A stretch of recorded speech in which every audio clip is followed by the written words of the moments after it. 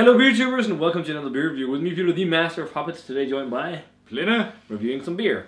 And so I almost just got back from Madeira and we're reviewing some beer. We're trying some of the stuff I brought from Madeira to share at home.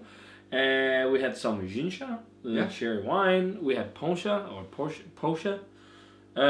And we even had Madeira honey cake. But now we're going to have something that's nothing to do with it. We're going to have some very nice Imperial Stout. So this, guys, is a beer we got from Beer Gym. So thanks a ton to Beer Gym for the beer. They had a crazy release recently. I missed it, but they had some crazy Jester King beers. So I mean, that just goes to say how often you should check out the shop. They got Atrial Rubite, which is one of the highest rated raspberry sours in the world. I don't know how the fuck they got that, but this one I've been told to review now because I've been sleeping on it a bit, and it's apparently really good at the moment, and it seems like peaking because the spices are falling off slightly. I've been told. So this, guys, and I've been sitting on this for so long. This is the Evil Twin Brewing and Westbrook collab Imperial Mexican Biscotti Cake Break. So we did one of the very first battle beers, testing camera gear. we did the Biscotti Break versus and, Even More Jesus. Even More Jesus, yeah. So, and we tried, you tried Mexican cake, and the beer we finished on MBCC, the video from last year, was a tequila Mexican cake. Yeah. So this is pretty much kind of like, I guess, a blend or a mix of recipes of Imperial Biscotti Break and Mexican cake. So an Evil Twin beer and a Westbrook beer. See, honestly, I can't remember the Mexican cake from CBC. You're drunk. Or maybe it was the very last beer. I don't know. But also, not just because you're drunk, but there's so many impressions of beers. It's crazy. So many high quality by beers. the end of the day, it's getting harder and harder to tell the difference. Yeah, because just your palate gets fatigued. Yeah. Like crazy. But I actually recently released this in numerous barrel versions. Double barrel aged, maple syrup, bourbon barrel aged, all crazy, and they're getting like fucking crazy ratings.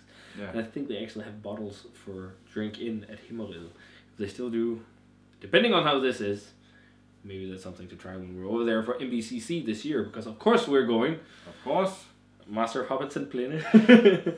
So this, guys, is a blend, as I said, of Imperial Biscotti Break and Mexican cake, and this is an Imperial, they say ale, I think, I'm not sure, because they changed Imperial Biscotti Break to be a stout, Imperial Stout, instead of Imperial Porter at one point, but Mexican cake's an Imperial Stout, so I'm going to call it Imperial Stout, brewed with coffee, cinnamon, almonds, cocoa nibs, vanilla, and habanero peppers. That sounds nice. So, very nice. We got it poured. And that is pitch black in the glass. Yeah. Very black. There's a lot in the glass. And with a darker than beige head. Yeah. It's really dark, kind of mocha. Yeah. Dark kind of roasty looks like tan. coffee. Yeah, it does. Mexican coffee, maybe. Yeah. We'll find out what looks great in the glass. Let's check out the aroma. Oh, that smells really fucking good. So much coffee. Yeah, and a chocolate. lot of chocolate. Like, it's wow. And on the back, I'm getting a slight burning sensation from the habanero. Yeah, you get some of the spices, yeah. Something I always say about Mexican cake is that I feel like it has too much of a briny, pickly chili flavor. Okay. Because I think they use whole chilies. I don't know if it's just a chili fruit flavor that gives off that vibe, but I'm not really smelling it on this. I'm just smelling loads. So it's not like the Carolina Reaper. That was pretty fruity. Very fruity. But wow, that's so much chocolate and coffee. That's crazy. Yeah, I'm definitely also seeing almond undertones. Not tons of cinnamon, but it's definitely there. Some hint of sweetness, like it's almost like you did like an espresso coffee with all kinds of weird Mexican spices. In Madeira, a common way to serve their espresso, which they call pica, is with brown sugar and a cinnamon stick in it. And it's reminding me of that, actually, because it's like really rich espresso coffee aromas. What are you picking up? Yeah, but to be honest, it's very fudgy. It's almost like you have this very, very, very sweet cake with coffee and chocolate and something spicy at the end. It smells really nice, though. Like freshly brewed coffee. Yeah. So much coffee, more coffee than I remember from Imperial Biscotti Break, but Let's try this. This smells awesome. Cheers, and thanks a ton to Beer Jim for the beer.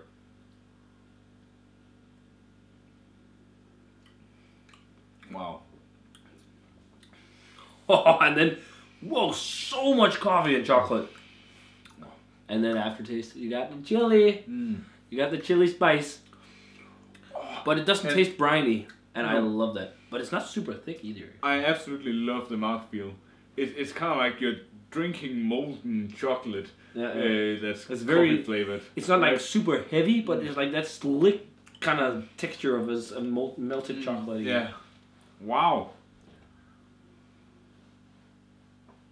I don't know why they didn't combine these two beers earlier. That is really good. It's got that vanilla, kind of vanilla, sweet, fudgy flavor. Like it's like dense chocolate cakey flavors.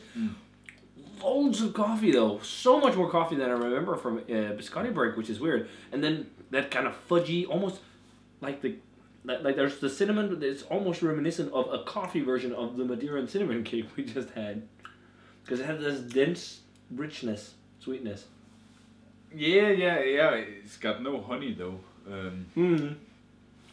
But the cinnamony flavor that you got in there with like the dense kind of almost chocolatey flavor. But I think more like the wow, aftertaste is so coffee forward and dark chocolatey. That's crazy. But yeah, you have the fudge part kind of lifted with the vanilla. And what I really love about this is that the habanero is perfect in it. It's there, and it's I prefer the habanero spice in Oro Negro. I don't know why, I just love the habanero spice in that. But this is it's warming and everything, but it has still a bit of that chili-esque flavor, but it doesn't go all the way like the fresh chili fruit kind of flavor, if you can say it like that. But it doesn't go in all the way in the briny flavor as I got in recent Mexican cakes. I like this more than Mexican cake for sure. And Imperial Biscotti Break. Well, I think the chili flavor you get is not that pronounced because you can kind of taste a little bit of it, but you feel it more in your throat. Yeah, it's more of the burn. Yeah. And then like super browny, kind of fudgy, vanilla, chocolatey flavors, but also dark chocolate, rich espresso coffee flavors. Wow, that's really nice. Cinnamon though is not as dominant as I remember in Mexican cake, but it's definitely there, and it complements all the other flavors. But this is really nice, and it's 10.5% is really drinkable. The thing that only makes it a little bit like less drinkable is the heat. It needs to settle a bit, and then you go for the next step. Yeah, it's something you get used to. Yeah, it depends on what kind of food you eat. So, if you're used to spicy food every day, you won't even feel it. Oh yeah, no, you won't. The almond flavor, I don't know. Maybe I just read almond, and now I'm thinking, yeah, I can see it. I don't know. For me, it's mostly vanilla, big chocolate, and coffee, and then the spice on the back end. And then there's the undertones of cinnamon. But again, I think they released this like early 2017 or mid 2000. I think I've sat on this for like 4 months or so. The fact that it made it to Europe is fucking awesome too. But yeah, I don't really get any marzipan. No, me neither. But really, really nice. I'm like 96. I think this is fucking awesome. Really good. And I think like fresher, it'd be like maybe 97. And barrel age, it could go, up in the 100 territory because this is fucking amazing. We didn't talk about mouthfeel, by the way, but oh yeah, we did. That kind of molten lava, sludgy, full, sludgy, thick, silky, I guess. But yeah, 96 for me. But I wouldn't change a thing about the mouthfeel or taste for that matter. I think it's absolutely perfect the way it is. So guys, if you had a chance to try the Evil Twin Brewing and Westbrook Imperial Mexican Biscotti Cake Break, so pretty much a mix-up of Imperial Biscotti Break from Evil Twin and Mexican Cake from Westbrook, let us know what you thought of it if you had a chance to try it. Was it better fresh compared to now? We're drinking it in late February 2018. Let us know how the barrel aged versions, because there's a few, let us know. And thanks a ton to Beer Jim for this one. I still think they have some bottles, so check them out as well. Great selection at the moment. And as always, remember to comment, subscribe. Check out the Facebook fan page and Twitter and Instagram. Give this video a thumbs up if you enjoyed it. And we're going to say cheers. Cheers, Pete. Cheers, Pete. And see you guys in another beer review.